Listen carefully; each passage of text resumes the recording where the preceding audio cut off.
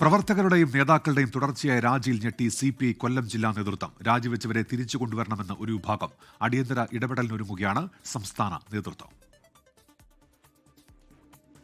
സംസ്ഥാനത്ത് തന്നെ CPIയുടെ കരുത്തുറ്റ കോട്ടകളിൽ ഒന്നാണ് കൊല്ലം. പക്ഷേ കഴിഞ്ഞൊരു വർഷമായി നടക്കുന്നത് അത്ര സുഖമുള്ള കാര്യങ്ങളല്ല. താഴെത്തട്ടു മുതൽ നിഴലിക്കുന്ന ജില്ലയിലെ വിഭാഗീയത മുകൾ തട്ട് വരെ നിലനിൽക്കുന്നു. പാർട്ടി സമ്മേളന കാലയളവിലാണ് നിലവിലെ പ്രശ്നങ്ങളുടെ തുടക്കം. കുണ്ടറയിലും കടക്കിലും ജില്ലാ സെക്രട്ടറി PS സുബാൽ സ്വന്തം നോമിനികളെ കൊണ്ടുവന്ന് സമ്മേളനം പിടിച്ചെടുത്തുവെന്നാണ് ആരോപണം. ഇതിനു പിന്നാലെ CPIക്ക് ശക്തമായ വേരോട്ടമുള്ള കുണ്ടറയിലെ പ്രതിനിധികൾ ഭൂരിപക്ഷവും ജില്ലാ സമ്മേളനം ബഹിഷ്കരിച്ചു. കടക്കലിലെ പ്രവർത്തകർ ജില്ലാ സമ്മേളന ഹാളിൽ നിന്ന് ഇറങ്ങിപ്പോയി പ്രതിഷേധിച്ചു. പിന്നാലെ ജില്ലാ സെക്രട്ടറിക്കെതിരെ എതിർചേരിയിലുള്ളവർ സംസ്ഥാന നേതൃത്വത്തെ സമീപിച്ചു. പക്ഷേ ഫലമുണ്ടായില്ല. ഇതിനു പിന്നാലെയാണ് രാജിയിലേക്ക് കാര്യങ്ങൾ എത്തുന്നത്.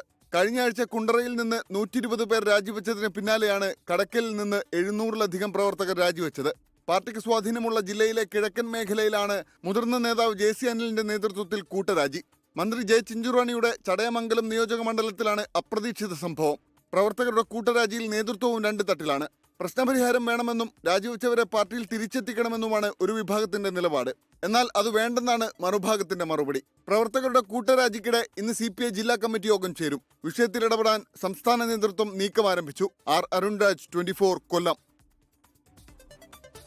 ലോകത്തെവിടെയായാലും ഏത് സമയത്തും 24 വാർത്തകളും ഓഗ്മെന്റഡ് റിയാലിറ്റി പാക്കേജുകളും എക്സ്പ്ലെയിനറുകളും വിശദമായി കാണാൻ ഞങ്ങളുടെ YouTube ചാനൽ നിങ്ങൾക്ക് സബ്സ്ക്രൈബ് ചെയ്യാം.